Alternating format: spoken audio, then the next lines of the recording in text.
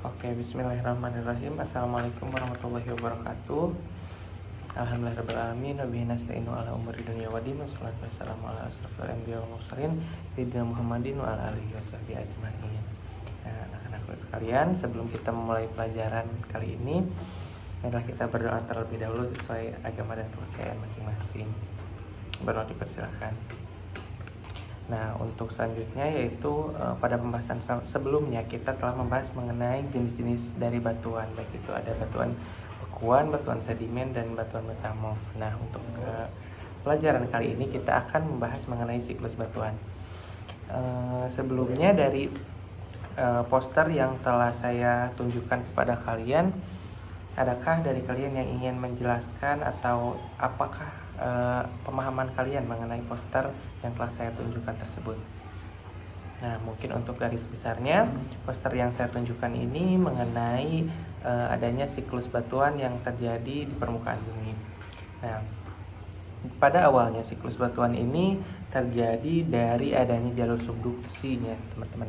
Jadi bisa kita ketahui bahwa adanya batuan yang ada di permukaan bumi ini diawali oleh jalur subduksi yang terjadi di bawah permukaan bumi. Nah, kenapa batuan bisa terbentuk dari jalur subduksi ini? Karena kan kita ketahui sendiri bahwa semakin dalam permukaan bumi ini akan suhu di bawah permukaan bumi ini akan semakin panas. Nah, suhu yang makin panas ini yang akan menyebabkan terjadinya peleburan pada suatu batuan dan akan membentuk sebuah magma. Nah, jadi bisa kita ketahui bahwa terjadinya batuan itu terjadi pertama di antara jalur subduksi antara lempeng samudra dengan lempeng benua ya, teman-teman.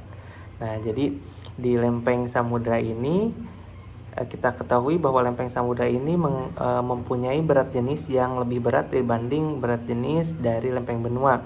Oleh karena itu, lempeng samudra ini akan cenderung untuk menyusup ke bawah permukaan bumi. Nah, di bawah permukaan bumi ini memiliki suhu yang sangat panas ya, teman-teman. Nah, oleh karena itu, batuan yang terdapat di bawah lempeng samudra akan melebur menjadi magma. Kemudian bagaimana magma tersebut dapat kembali keluar ke permukaan bumi? Nah, seperti kita bisa lihat dalam gambar bahwa bentukan dari lempeng benua ini berbentuk lipatan dan patahan. Oleh karena itu terbentuk jalur subduksi atau jalur pegunungan.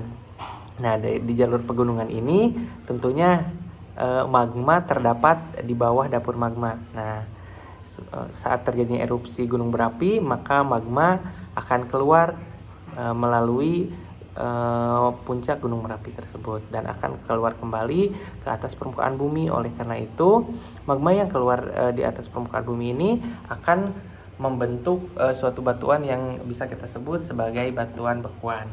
Nah, apakah sampai sana materi bisa dipahami? Semoga saja bisa dipahami ya, teman-teman sekalian. Selanjutnya, dari batuan bekuan tersebut kenapa bisa menjadi batuan sedimen dan batuan metamorf? Bisa kita ketahui bahwa di permukaan bumi ini terdapat cuaca atau iklim yang mempengaruhi siklus batuan. Ya, seperti kita ketahui bahwa batuan yang ada di permukaan bumi itu baik batuan sedimen ataupun metamorf mengalami erosi atau pengikisan. Nah, batuan yang mengalami erosi ini akan menyebabkan terjadinya sedimen atau partikel-partikel sedimen. Nah, erosi ini dapat terjadi baik oleh curah hujan, angin, ataupun gletser dan lain sebagainya. Nah, kemudian partikel-partikel yang terbawa oleh air ataupun angin tersebut kemudian diendapkan dan menyatu, kemudian mendapatkan suatu tekanan dan suhu dan membentuk suatu batuan kembali yang kita sering sebut sebagai batuan sedimen. Nah, sampai kepada tahap ketiga yaitu tahap sedimentasi dan membentuk batuan sedimen. Batuan tersebut apabila hancur kembali menjadi sedimen dan mendapatkan tekanan serta suhu di bawah permukaan bumi, maka batuan tersebut akan mengalami kompaksi apabila mendapatkan pressure dan suhu yang sangat panas. Nah, batuan sedimen atau batuan bekuan juga yang telah mengalami tekanan dan juga suhu akan berubah kembali bentukannya menjadi batuan metamorf. Batuan metamorf ini memiliki sifat bisa lebih kuat daripada batuan bekuan ataupun bisa lebih gampang hancur daripada batuan sedimen, tergantung kepada tekanan dan suhu yang diterimanya. Nah, kemudian bagaimana batuan yang ada di permukaan bumi ini bisa kembali menjadi magma? Nah, kan kita ketahui bahwa sedimentasi yang ada di permukaan bumi ini berpusat di laut. Nah, seperti kita ketahui bahwa batuan-batuan yang ada di sungai atau batuan-batuan partikel sedimen yang ada di sungai ini diendapkan kembali di bawah permukaan laut. Nah, bisa kita lihat. Nah, di sini nih, teman-teman. Nah, kemudian kan lempeng yang ada di permukaan bumi ini bersifat dinamis ya, teman-teman, mengalami pergerakan.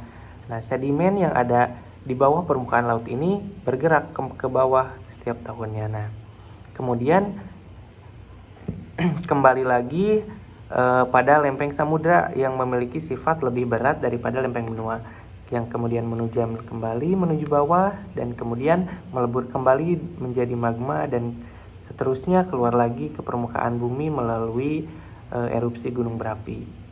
Bisa dipahami ya, semoga teman-teman semuanya. Mungkin itu saja penjelasan dari poster yang telah saya sampaikan. Semoga materinya dapat dipahami dengan baik. Mohon maaf ya apabila terdapat banyak kekurangan. Terima kasih semuanya. Wabillahi taufiq wal hidayah. Wassalamualaikum warahmatullahi wabarakatuh.